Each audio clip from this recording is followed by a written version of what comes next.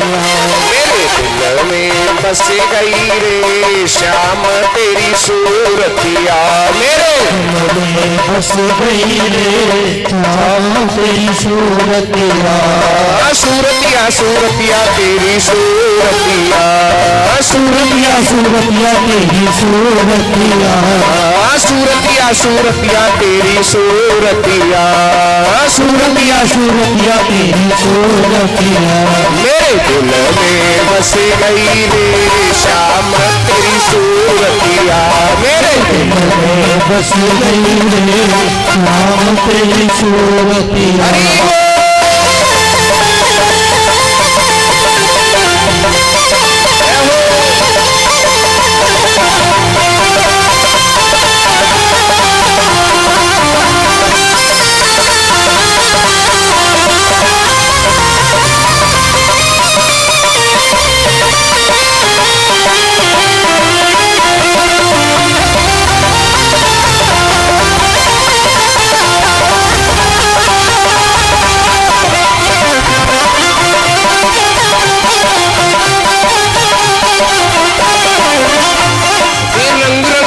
छेल छबीलो काली का मरवारो। रंग रंगीलो छेल छबीलो काली का मरवारो। रंग रंगीलो छेल छबीलो काली का मरवारो। रंग रंगीलो छेल छबीलो काली का मरवारो। मेरे मन को मोहियो है मोहन नंद दुलारो। मेरे मन को मोहियो है मोहन नंद दुलारो। तू पनघट तो पनघट आई गई रे श्याम तेरी सूरतिया।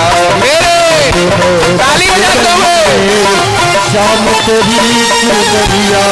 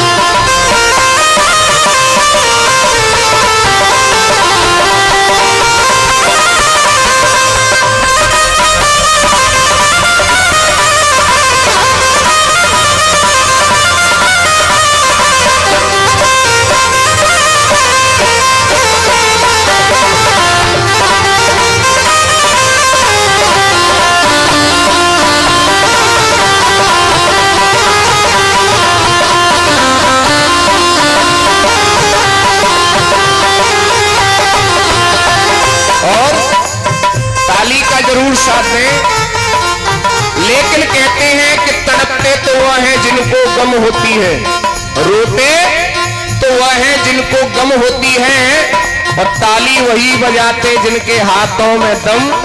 यही देखना है किस किस के हाथों में दम है, उठाइए दोनों हाथ। चोरी चोरी छुपके छुपके सारी सखियां आई। चोरी चोरी छुपके छुपके सारी सखियां आई। घर से भागी सारी सखियां बंसी की धुन पाई। घर से भागी सारी सखियां बंसी की धुन पाई। सब नाचन लागी रे श्याम तेरी सूरतिया। मेरे बस गई रे श्याम तेरी सूरतिया। हरि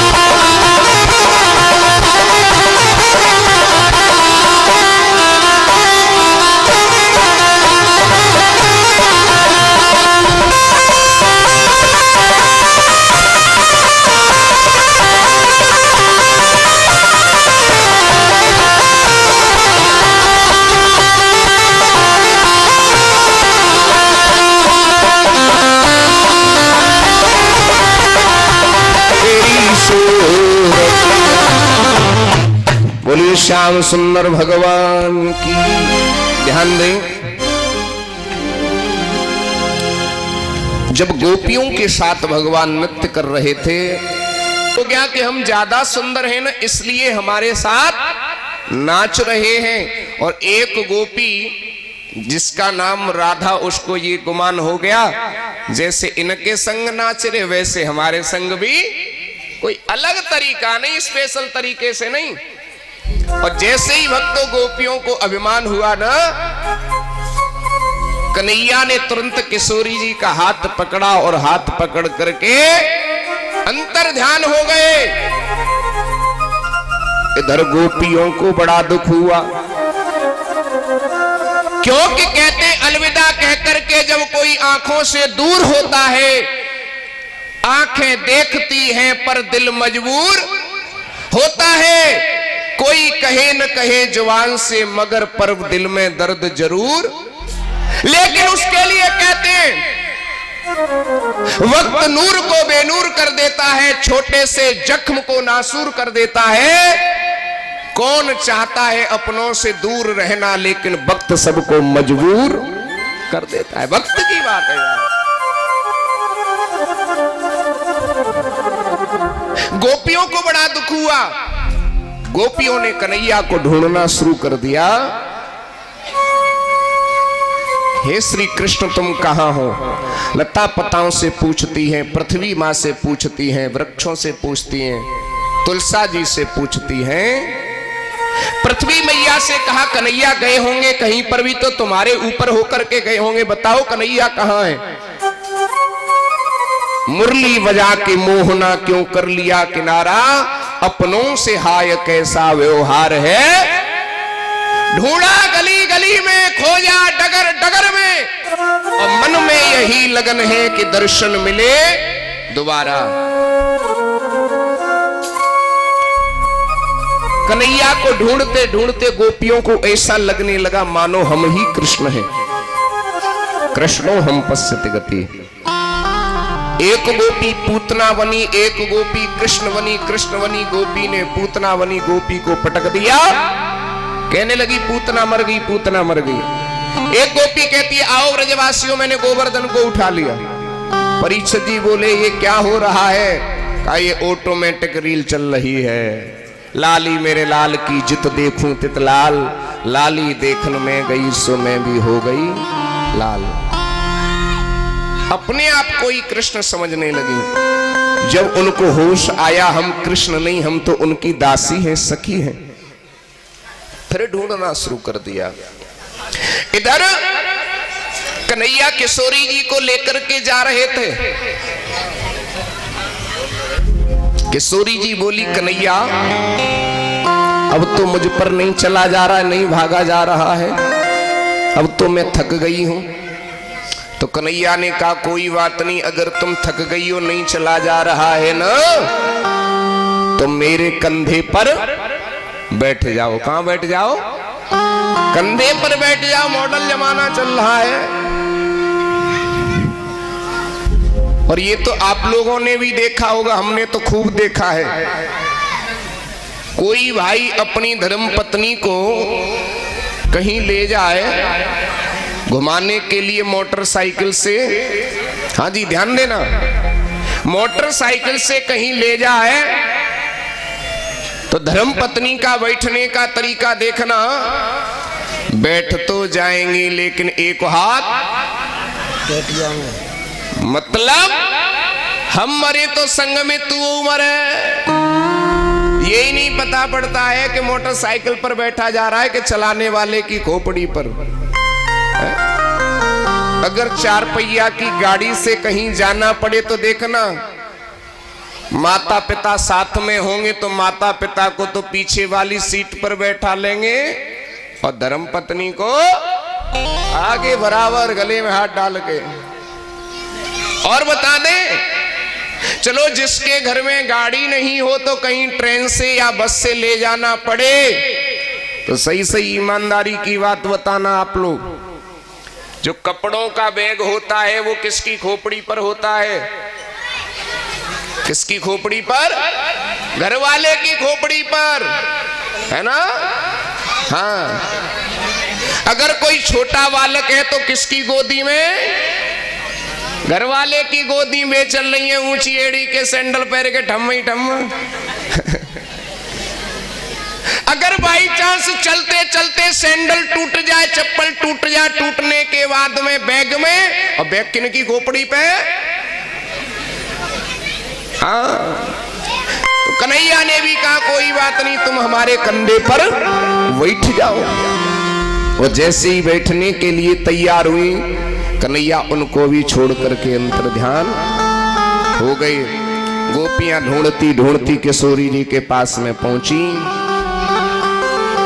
आपको भी छोड़ के चले गए।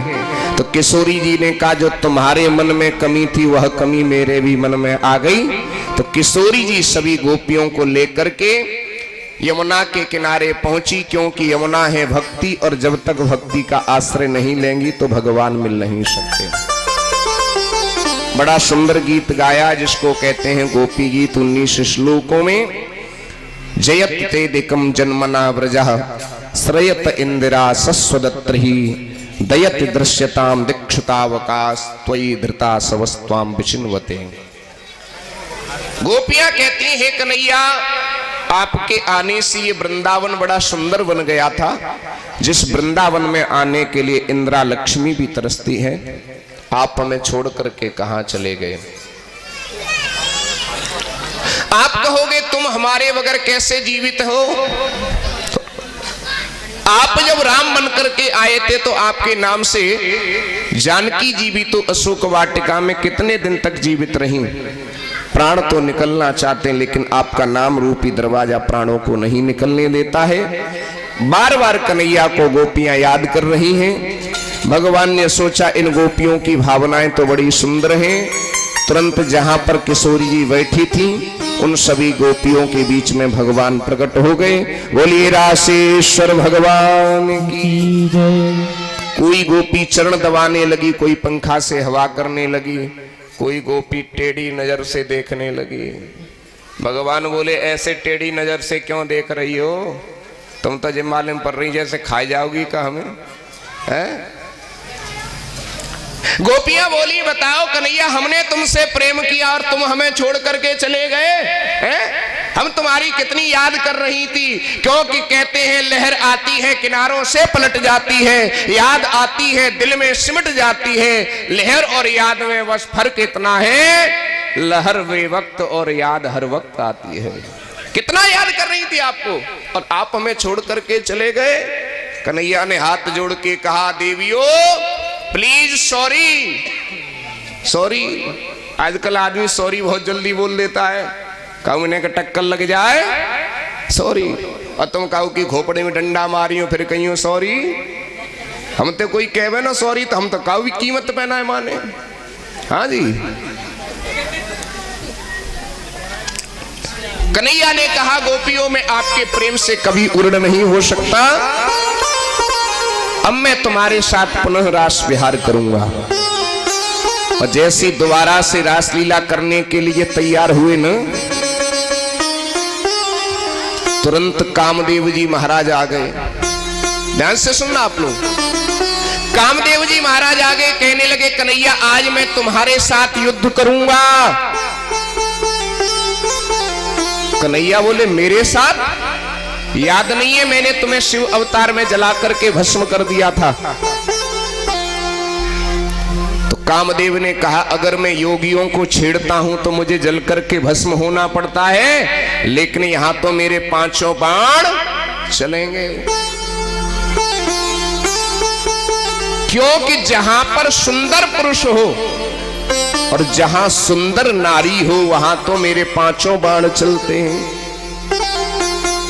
तो कन्हैया ने कहा तुम ये बताओ कौन सा युद्ध करोगे, किले वाला युद्ध करोगे या मैदान वाला युद्ध करोगे? तो कामदेव ने कहा किले वाला युद्ध तो मैं रोज ही करता हूं।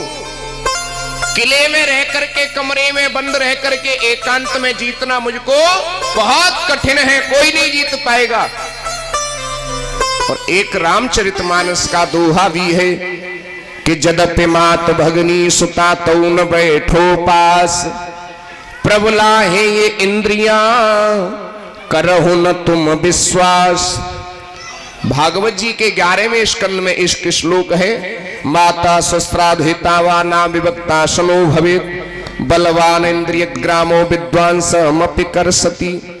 ध्यान देना भक्तों, भले ही अपनी माँ हो, बहन हो, बेटी हो, कोई भी क्यों न हो, अकेले में कभी निवास नहीं करना चाहिए, क्योंकि जब शरीर में काम प्रविष्ट होता है तो विद्वांसमपि करसति, अच्छे अच्छे विद्वान की बुद्धि खराब हो जाती है। कामातुराणाम न भयम लज्जा, कामातुर व्यक्ति को न भय होती है न लाज होती है। एक दोहा भी आपको याद होगा कि कौआ अंधो रात में दिन में उल्लू होए, कामी अंधो रात दिन अकल गई सब। कामी हमेशा अंधा रहता है। और एक बात आपको बता दूं, कोई ये कहे तुम काम का त्याग कर दो, क्रोध का त्याग कर दो, ये हो नहीं सकता साहब। चाहे 90 साल के डोकरा को शरीर सही, चाहे कल के 25 साल के छोरा को शरीर सही, 10 साल के छोरा को शरीर सही, जब तक शरीर में सांस रहती है, काम क्रोध लोभ मोह सारी चीजें रहती हैं। एक मुर्दा ऐसा होता है, भाई पत्थर मारो गुस्सा आवेगी का है? उसके सामने सुंदर अप्सरा खड़ी कर दो, कोई वासना जागृत होगी? मुर्दा एक ऐसा होता है जिसके अंदर कुछ नहीं होता। लोग कहते हैं कि गुस्सा नहीं करनी चाहिए, क्रोध नहीं करना चाहिए, मैं कहता हूं करना चाहिए। क्यों? क्योंकि क्रोध भी समय पर गुण है भक्तों, क्रोध भी समय पर गुण है। अगर आप क्रोध नहीं करेंगे तो ये दुनिया के लोग जीने नहीं देंगे आपको। हाँ जी, आपके घर में सुंदर बहन बेटी है, दुराग्रह करेंगे, सताने की कोशिश करेंगे, तो क्रोध भी एक समय पर गुण है। तो कामदेव ने कहा यहां तो मेरे 5 बाण चलेंगे। और एक थोड़ी वाल्मीकि रामायण का प्रसंग है, आप सुने। जब प्रभु श्री राम 14 वर्ष के लिए वन में गए और सीता जी ने राम जी से कहा कि प्रभु इस मृग की खाल लेकर के आओ, जिसको मैं अयोध्या लेकर के जाऊंगी और जाकर के अपने भवन को सजाऊंगी। ध्यान से सुनना आप लोग। तो राम जी एक रूप से तो मृग के पीछे दौड़ रहे थे और एक रूप से भगवान तोता बनकर के वृक्ष पर बैठ गए, जिस वृक्ष के नीचे मां जानकी जी और सीता जी, जानकी जी और लक्ष्मण जी दोनों बैठे थे। और तोता बनकर के भगवान ने कहा, पुष्पम कुस्मितम दृष्ट्वा दृष्ट्वा च नवयौवनम को यस्य भूवरश्याम तस्य न चाल्यते मनः। दुनिया में कौन सा स्त्री पुरुष ऐसा होगा जिसका खिलते हुए पुष्प को देख करके तोड़ने का मन नहीं होता हो? आप ही कहीं निकल करके जा रहे हो, कोई सुंदर वृक्ष खड़ा है जिस पर सुंदर फूल लग रहे हैं, तो आप भी सोचेंगे लाओ एक फूल तोड़ ले, चले भागवत जी पे चढ़ा देंगे। कौन सा दुनिया में स्त्री पुरुष ऐसा होगा जो खिलते हुए पुष्प को देख करके जिसका मन तोड़ने का नहीं होता हो? दूसरी बात, ऐसा कौन सा स्त्री पुरुष होगा जो एक दूसरे की सुंदरता युवावस्था को देख करके जिसका मन चलायमान नहीं होता हो, विचलित नहीं होता हो? लक्ष्मण ने जैसे ही सुना, लक्ष्मण जी के नेत्र लाल हो गए। कौन है ऐसी असभ्य भाषा बोलने वाला? देखा एक तोता बैठा है, का दोबारा कह दिया तो एक ही बाण में तेरे प्राणों का हरण कर लूंगा। समझ नहीं पाए भगवान है परीक्षा ले रहे। लक्ष्मण ने तुरंत प्रत्युत्तर भेज दिया, सत्यव्रत पिता यस्य माता च पतिव्रता उभाभ्याम जायते पुत्र तस्य न चाल्यते मनः। जिसका पिता सत्यवादी हो, सत्य बोलने वाला हो, और जिसकी मां पतिव्रता हो, ऐसे माता पिता के संयोग से जिसका जन्म होता है, ऐसे स्त्री पुरुष का मन कभी चलायमान नहीं होता। दुशीलो मातृ दोषेण पितृदोषेण मूर्खता। ध्यान देना भक्तों, अगर संतान के अंदर चरित्र की कमी आती है तो वो मां के दोष से आती है। माँ जैसा करती है वैसा बच्चे पर असर होता है। इसलिए गर्भवती नारी को बड़ा सावधान रहना चाहिए। मूर्ख अगर बालक रह जाता है तो पिता के दोष से। पिता घर का काम करवाता रहे तो बेचारा पढ़ेगा कहां से। कार्पण्यम वंश दोषेण, कृपणता आती है तो वंश के दोष से, और दरिद्रता गरीबी आती है तो अपने दोष से। कर्मठता नहीं होती, अपने बल से कुछ करना नहीं चाहता, आलसी होता है, तो गरीबी तो आएगी ही आएगी। तो जिसका पिता सत्यवादी हो, जिसकी मां पतिव्रता हो, ऐसे माता पिता के संयोग से जिसका जन्म होता है उसका कभी मन चलायवान नहीं होता। लक्ष्मण ने तुरंत प्रत्युत्तर भेज दिया। आप लोग यहाँ जितने लोग बैठे हाथ उठाना, किन किन के बच्चे स्कूल पढ़ने के लिए जाते, हाथ उठाइए। जिनकी बेटा बेटियां स्कूल में पढ़ने के लिए जाते हैं। और किसी की नहीं जाती? आप लोगों की किसी की हैं? जाते हो तो ध्यान से सुनना आप लोग। अगर स्कूल का टाइम है प्रातः 8 बजे का, अभी तो लॉकडाउन में छुट्टी वैसे चल रही है, लेकिन फिर भी जाते तो होंगे ना। अगर स्कूल का टाइम है 8 बजे का और घर से रास्ता है 15 मिनट का, और लला जा रहे हो सवेरे 7 बजे ते ही, लली जा रही 7 बजे से, और छुट्टी हो रही है 12 बजे, लली आ रही 2:30 बजे घर में, लला आ रहे हो 3 बजे। कभी किसी माता पिता ने पूछा कि बेटी तू इतनी जल्दी क्यों जा रही है, बेटा तू इतनी लेट क्यों आ रहा है? कभी किसी ने पूछा? नहीं पूछा होगा। और जब हमारी संतान, हमारी औलाद गलत रास्ते पर पैर रख जाती है तब कहते हमारी तो नाक कट गई। इसलिए माता पिता को बड़ा सावधान रहना चाहिए। हमारी बेटी छत पर छोटे से बच्चे को लेकर के घूम रही है, कभी किसी ने गौर किया? कभी सोचा कि हमारी बेटी की नजर किसी दूसरी छत पर तो नहीं जा रही, किसी से गलत संबंध तो नहीं है? भागवत सुनकर के जीवन में बदलाव आना चाहिए भक्तों। हर माता पिता का कर्तव्य होता है। एक दिन मैंने कहा भी था, माता शत्रु पिता वैरी ये न वालो न पाठित। वह माँ शत्रु है, वह पिता वैरी है जो अपनी संतान को सुंदर शिक्षा नहीं देते। तो माता पिता को बड़ा सावधान रहना चाहिए। अम्मा सही न कहते तो हमें दुनिया में कौन पूछता। यही बात के तो पैसा लेते हैं और काय के लेते हैं। बोली भक्त वत्सल भगवान की। मनोरंजन का साधन नहीं है भागवत में, फिर भी कहना चाहूंगा। तो कहा यहां तो मेरे 5 बाण चलेंगे। कन्हैया ने कहा लाओ कामदेव तुम 5 बाणों को लेकर के आओ। कहा यहां तो मेरे चलेंगे 5 बाण, क्योंकि आप जैसा सुंदर पुरुष और गोपियां जैसी जहां सुंदर नारी हो वहां तो मेरे 5 बाण चलते। बताइए जहां पर आग फूंस हो तो आग लगेगी कि नहीं लगेगी साहब? कामदेव 5 बाणों को लेकर के आया। वशीकरण, उच्चाटन, स्तमन, उद्दीपन, लेकिन भगवान ने परास्त कर दिया, क्योंकि भगवान कृष्ण योगी राज है, योगी है। इतनी पत्नियों के बीच में भी रह करके योगी है। कामदेव को परास्त होना पड़ा। और उसके बाद एक बड़ी सुंदर कथा है भक्तों। पार्वती मैया को पता पड़ा कि मधुवन में भगवान कन्हैया गोपियों के साथ रासलीला कर रहे हैं। पार्वती मैया सुबह सुबह जल्दी उठी और सुबह सुबह जल्दी उठ करके स्नान करने लगी और जाने की तैयारियां करने लगी।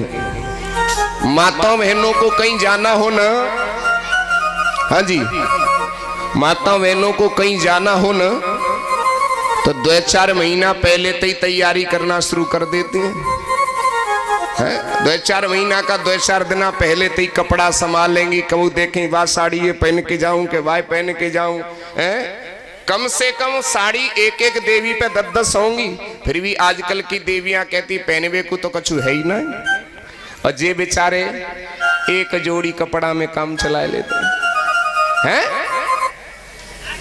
तो पार्वती मैया सुबह सुबह उठ करके स्नान करके संघार करने लगी, जाने की तैयारी करने लगी। बोले बाबा, बोले देवी जी आज तुम सुबह सुबह कहां जाने की तैयारी कर रही हो? कि हम जा रही हैं मधुबन में रासलीला देखने के लिए। तो भोले बाबा बोले हम भी तुम्हारे साथ चलेंगे। कहा तुम नहीं जाओगे, क्योंकि वहां पर कन्हैया अकेले ही पुरुष हैं, वहां की सारी गोपियां हैं। तो भोले बाबा ने कहा अगर हम भी गोपी बन जाएं तो तुम चल सकते हो। गोपी बनने के लिए क्या करना पड़ेगा?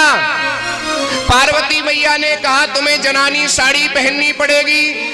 तो भोले बाबा बोले तो हम तो पहन लेंगे ना, ले आओ अपने सूटकेस में से।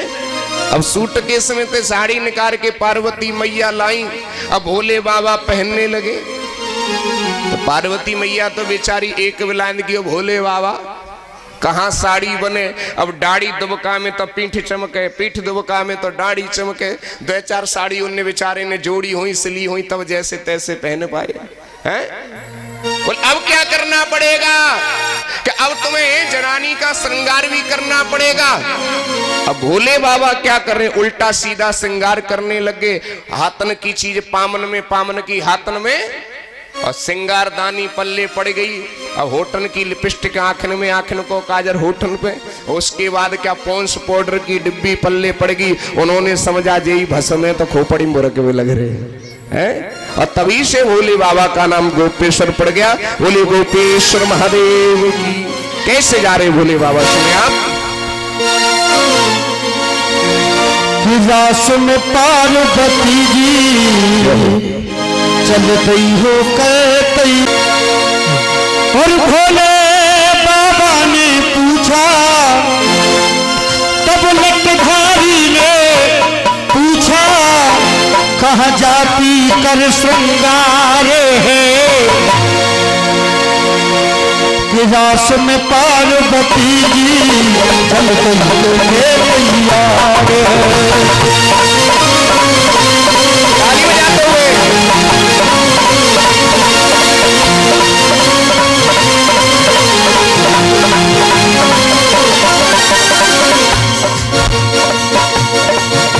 तब लटधारी ने पूछा, भोले बाबा ने पूछा कहाँ जाती कर श्रृंगार है।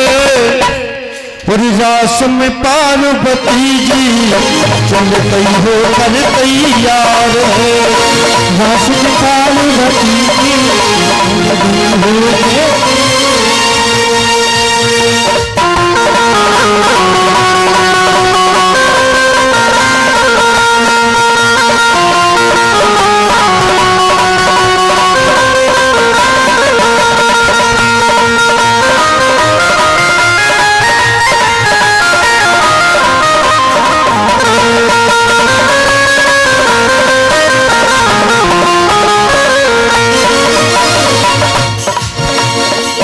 भोले बाबा कहने लगे पार्वती जी से,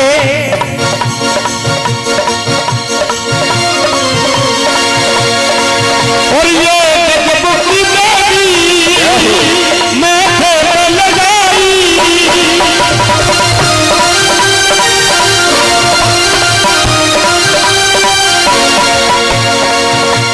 ये चटक चुनरिया और हर साई।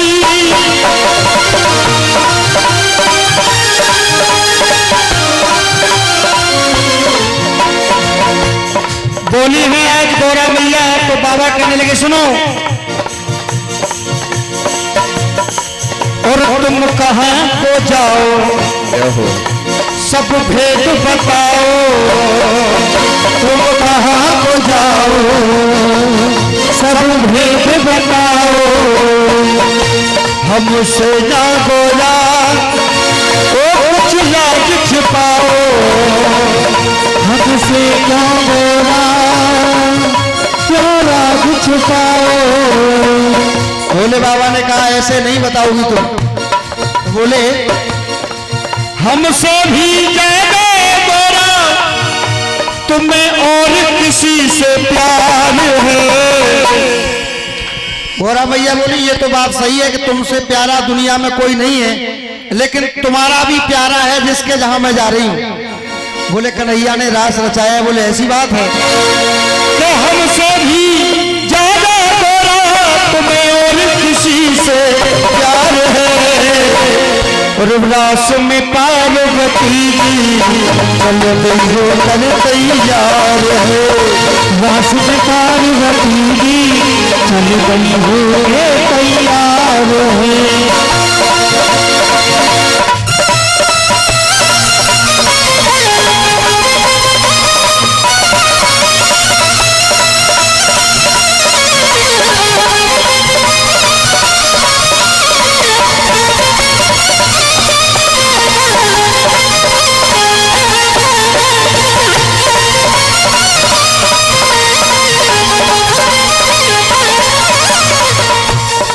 आइए वही बात, भोले बाबा भी तैयार हो गए गौरा मैया के साथ चलने के लिए और जा रहे हैं। हुआ ये एक दिन भोले भंडारी बनकर गज की नारी वृंदावन आ गए हैं, वृंदावन आ गए हैं। भोले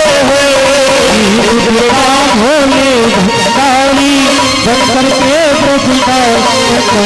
आ गए हैं। गौरा मैया कहने लगी बाबा तुम जा तो रहे हो, तुम जा तो रहे हैं, अगर किसी ने देख लिया, किसी ने देख लिया तो कहानी बहुत गड़बड़ हो जाएगी। भोले बाबा बोले ऐसा कुछ नहीं होगा। बोले महाराज बहुत शर्म की बात होगी अगर आपको पहचान लिया। एक शर्म के ऊपर एक बात आ रही है। किसी ने सत्य कहा है कि धर्म को अधर्म मार देता है, धर्म को अधर्म मार देता है, शर्म को बेशर्म मार देता है। आदमी खुद नहीं मरता, उसको उसका कर्म मार देता है। बोले बाबा मेरी जिम्मेदारी कुछ नहीं होगी, इसलिए सुनो।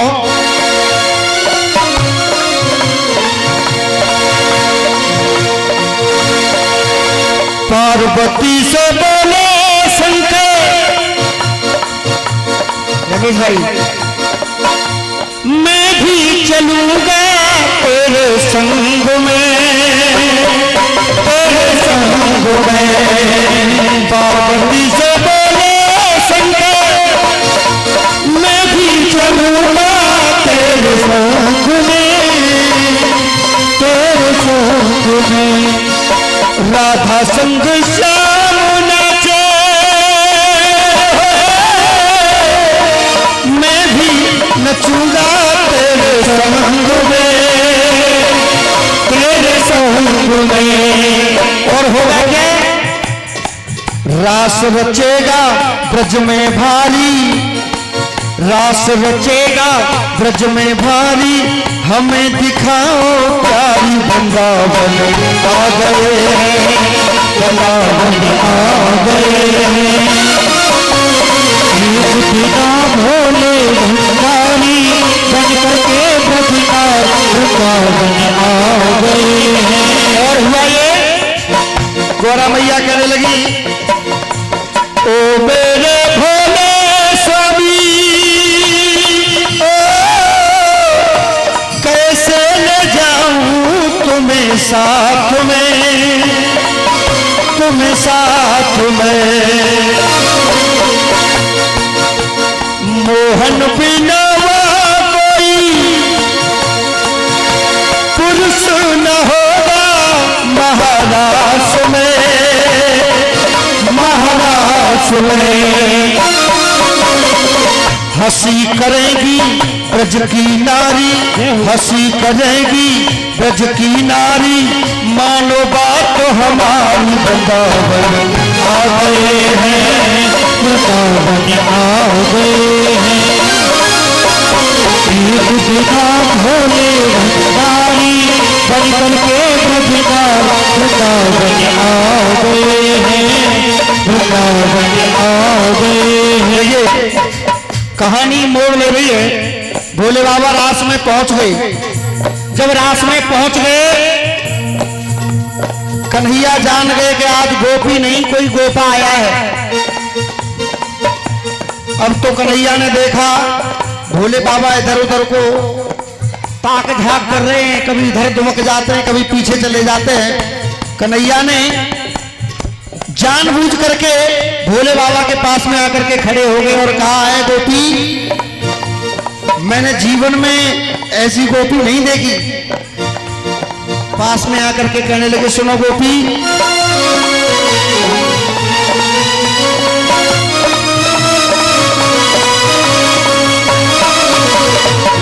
बोले कन्हैया, सुन प्यारी ब्रज नारी क्यों पिछाड़ बैठी है। भोले बाबा ने देख लिया कि आगे से गिनती शुरू होती है तो पीछे बैठ जाऊंगा, बाद में नंबर आएगा। उन्होंने क्या काम किया, सबसे पहले पीछे से गिनती करना शुरू कर दिया। बोले इधर से स्टार्टिंग होगी आज। कहा भोले बाबा से, सुन प्यारी ब्रज नारी क्यों पिछाड़ बैठी है। और बोले सुनो, मुख से बोले ना खोले घुंघटा मार बैठी है। मुख से बोले ना खोले घुंघटा मार बैठी है।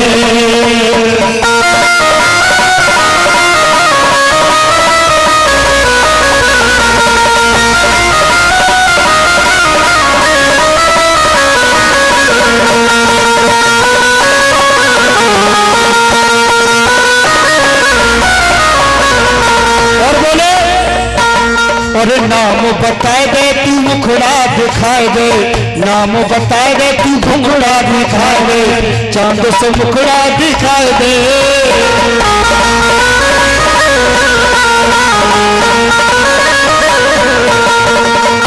ओ कैसे चुप है न मुख से तू बोल रही।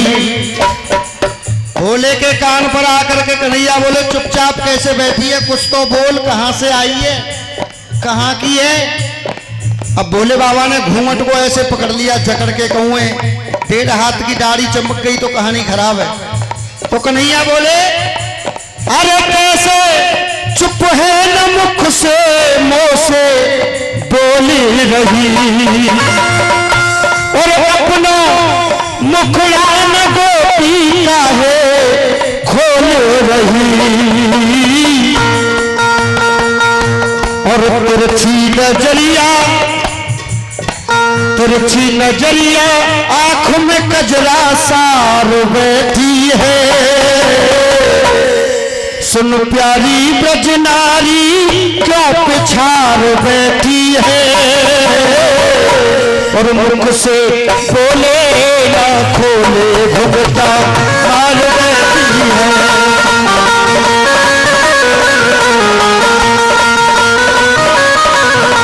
एक बात और देखी, 5 रंगों की साड़ी भोलेनाथ बांध करके गए, जिसे 5 रंग साड़ी बोलते थे। उसमें से स्पष्ट श्रृंगार दिख रहा था भोले बाबा का। तो कन्हैया बोले सुनो, और कानों में बाली लबों पर लाली, कानों में बाली लबों पर लाली, तेने पावन में महावर रचाली। कानों में बाली लबों पर लाली, कानों में महावर रचाली। और चमके माथे पे गोपी तेरे बिंदिया है।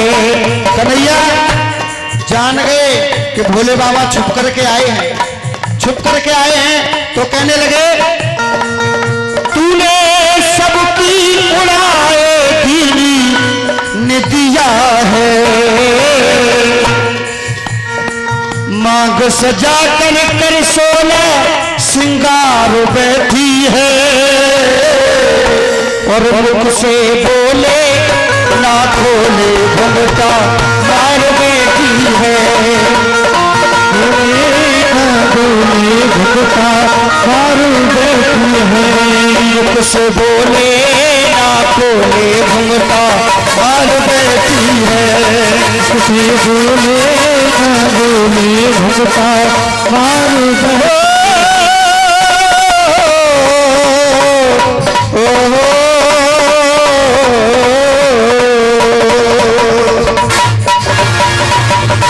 बोलिए शंकर भगवान की। भी पानी पी लेते हैं, और भी कितने हिंसक जीव जंतु पानी पीते हैं, और फिर भी हम गंगा जी के जल का आचमन करते हैं कि नहीं करते, स्नान करते हैं कि नहीं करते।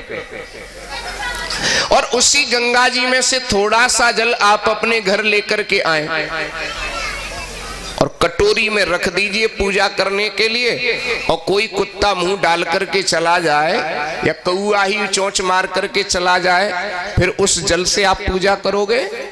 नहीं करोगे ना। तो कहा ऐसे ही गंगा जी तो अथाह है, अंशी है, और वो के जल क्या था? केवल अंश था। तो अंशी में जो शक्ति होती है वो अंश में नहीं होती। तो हम लोग ईश्वर के अंश हैं। तो कहा ये गोपी जीव और कृष्ण ईश्वर दोनों का मिलन था, किसी स्त्री पुरुष का मिलन नहीं था। परीक्षित के मन की भ्रांति दूर हुई और उसके बाद सुखदेव जी कहते हैं एक बार नंद बाबा ने दुर्गा जी का अनुष्ठान किया और दुर्गा मैया से प्रार्थना करी कि हमारा लाला सुखी रहे, शांति से रहे। तो किसी अजगर ने आकर के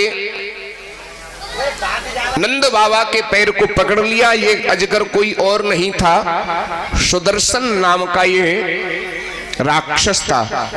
तो भगवान ने सुदर्शन का भी उद्धार कर दिया और शंखचूड़ का भी उद्धार कर दिया। कंस को पता पड़ा तो कंस ने 3 राक्षसों को और भेजा, अरिष्टासुर, मायासुर, व्योमासुर। भगवान ने तीनों का फिर से अलग अलग उद्धार कर दिया। बोलिए भक्तवत्सल भगवान की। अब चलते हैं, बड़ी सुंदर लीला है, कंस वध लीला। ठीक है, आपके यहाँ जैसे परंपरा होती हो, कंस को गोली से मारते हो कैसे ही है? हम तो केवल बातों से ही मारते हैं। अगर किसी को कंस मारना हो भैया तो अपना बना लीजिए और टांग दीजिए सामने, ठीक है। और मारे सो भैया ने एक समझदार आदमी हो तो ठीक है, मारियो। बोलिए भक्तवत्सल भगवान की। क्योंकि कंस कोई हल्का पूरा नहीं है, बहुत तंगड़ा है, 10,000 हाथियों का बल है उसके अंदर। तो उसकी आप तैयारी करें, लेकिन अभी टाइम लगेगा। आप लोग कथा पर ध्यान दें। संत नारद के मन में विचार आया कि भगवान तो अपनी लीला को करने में लगे हुए हैं, अब कंस के पाप का घड़ा भर चुका है तो फूटना भी जरूरी है। सीधे नारद जी नारायण नारायण करते हुए कंस के पास पहुंच गए। कंस ने कहा गुरुजी कैसे आना हुआ? नारद जी बोले महाराज कि कृष्ण बलराम को कम मारोगे? एक 11 वर्ष का होने वाला है और एक 12 वर्ष का होने वाला है, कम मारोगे? कंस ने कहा गुरुजी मैं जितने भी राक्षस भेजता हूं तो मुझको यही खबर लगती है कि दोनों ने मिलकर के मार दिया। नारद जी बोले हम कुछ नहीं जानते, परसों तुम्हारे हाथों दोनों भाइयों को मरा देखना चाहते हैं। कंस बोला कैसे मारूंगा गुरुजी? तुम्हारे यहाँ जो शिव जी का धनुष है ना, उस धनुष का मेला का प्रोग्राम रखो, दोनों के लिए निमंत्रण भेजो। दोनों छोटे छोटे बच्चे हैं, मेला देखने में लग जाएंगे और तुम भी आराम से मार दोगे। कंस बोला गुरुजी आपका आशीर्वाद हुआ तो यही होगा। क्या कुछ नहीं जानता, परसों तुम्हारे हाथों दोनों भाइयों को मरा देखना चाहता हूं। कई करके नारद जी सीधे चले। कहां पहुंचे? वृंदावन में। कृष्ण बलराम गऊ बछड़े चरा रहे थे। दोनों भाइयों ने देखा, प्रणाम किया। अब बाबा कैसे आना हुआ? नारद जी बोले प्रभु ये बताओ कंस को कब मारोगे? कन्हैया ने कहा मैं कौन होता हूं मारने वाला? क्योंकि रामन काहू मारते नहीं हत्यारे राम, आप ही खुद मर जाते हैं कर कर खोटे काम। मैं कौन होता हूं मारने वाला? परंतु अब इतना जरूर है कि कंस के पाप का घड़ा भर चुका है तो फूटना भी निश्चित है। नारद जी बोले मैं कुछ नहीं जानता, परसों तुम्हारे हाथों कंस को मरा देखना चाहता हूं। भगवान बोले वाह महाराज, उधर भी तारीख परसों की दे आए और इधर भी परसों की कह रहे हो। नारद जी ने कहा प्रभु आप तो समझते हैं मैं वही करता हूं जिसमें सबका कल्याण हो। कह करके नारद जी तो चले गए और इधर कंस ने अक्रूर जी को बुलाया और बुला करके रात्रि में कहा आपको वृंदावन जाना है। बोले किस लिए? कि वहां वसुदेव के 2 पुत्र हैं न, कृष्ण बलराम, उनको लेके आना है। अक्रूर जी बोले क्यों बुलाना चाहते हो? कि मैं उनको अपने हाथों से मारना चाहता हूं। अक्रूर जी ने कहा इतना गलत भाव तुम अपने मन में क्यों सोच रहे हो? अरे वो तो तुम्हारे भांजे हैं, इतना बड़ा पाप तुम कर रहे हो।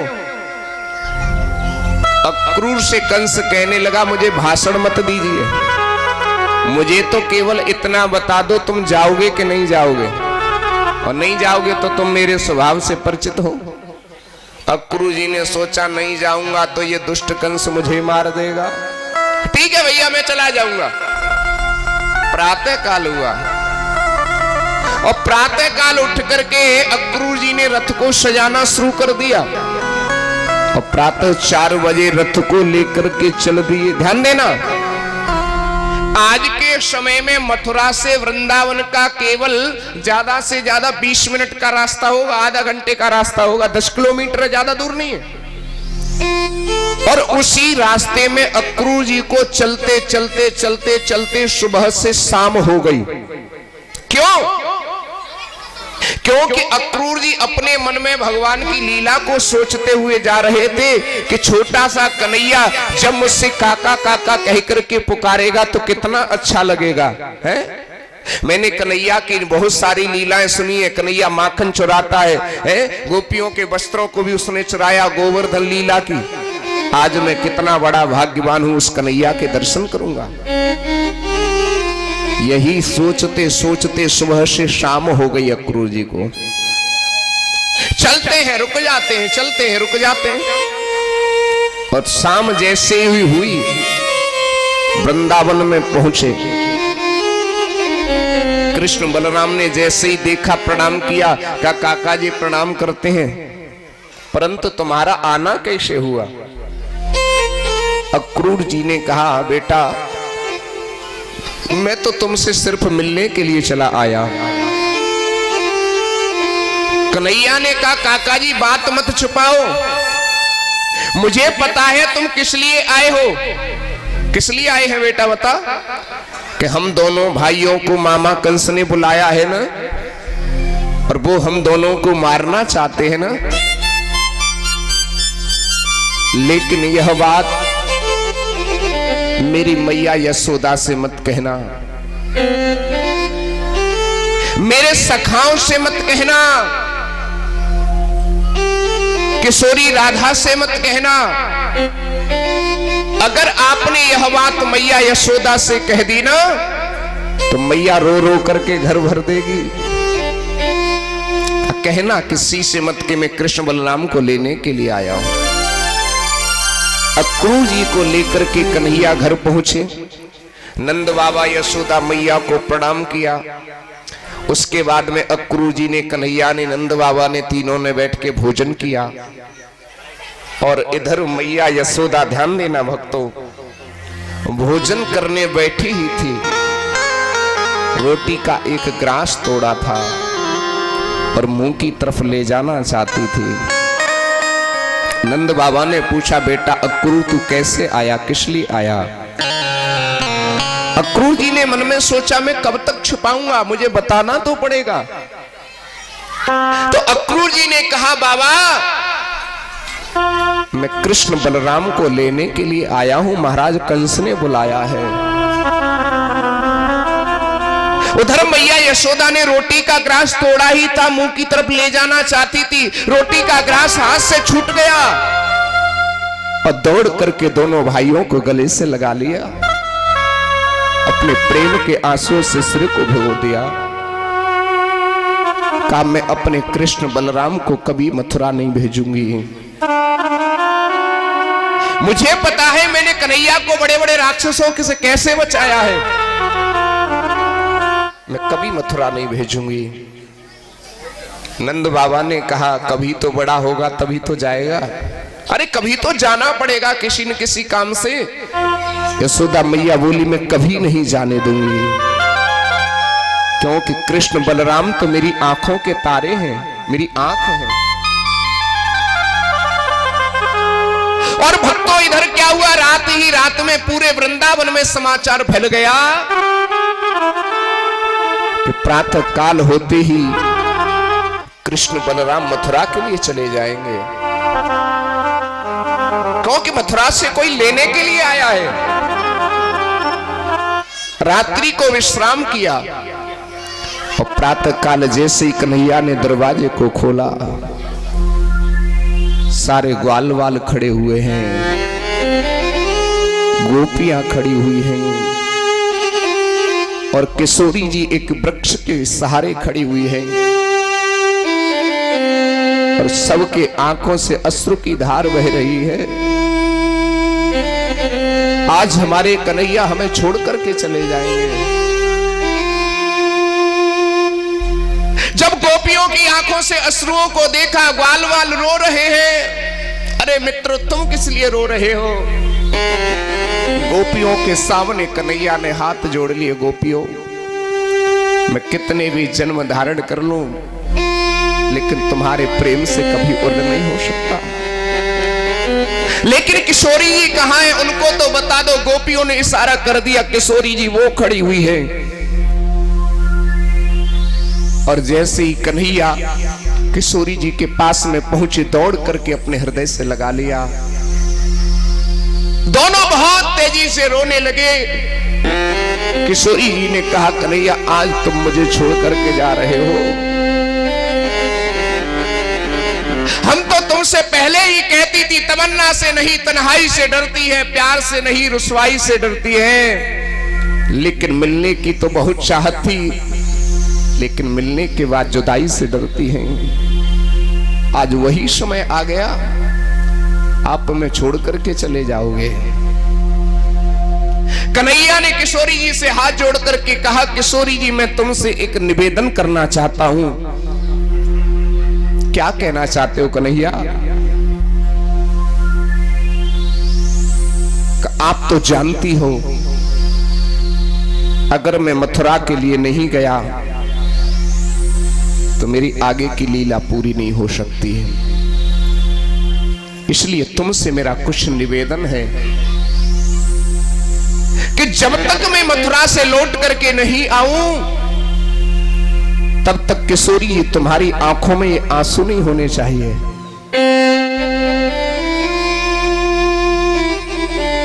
किशोरी जी ने उन आंसुओं को अंदर ही अंदर पी लिया। कहा, कन्हैया अगर आपकी आज्ञा है तो मैं अपनी आंखों में कभी आंसुओं को नहीं आने दूंगी। इधर तो नंद बाबा ग्वाल वालों को लेकर के मथुरा के लिए प्रस्थान कर गए और दोनों भाइयों ने मैया यशोदा को प्रणाम किया और प्रणाम करके रथ में बैठने के लिए तैयार हुए। गोपियां कहने लगी, ये तो चल दिए। रथ के सामने लेट गई गोपियां और कहने लगी, तू कहती रो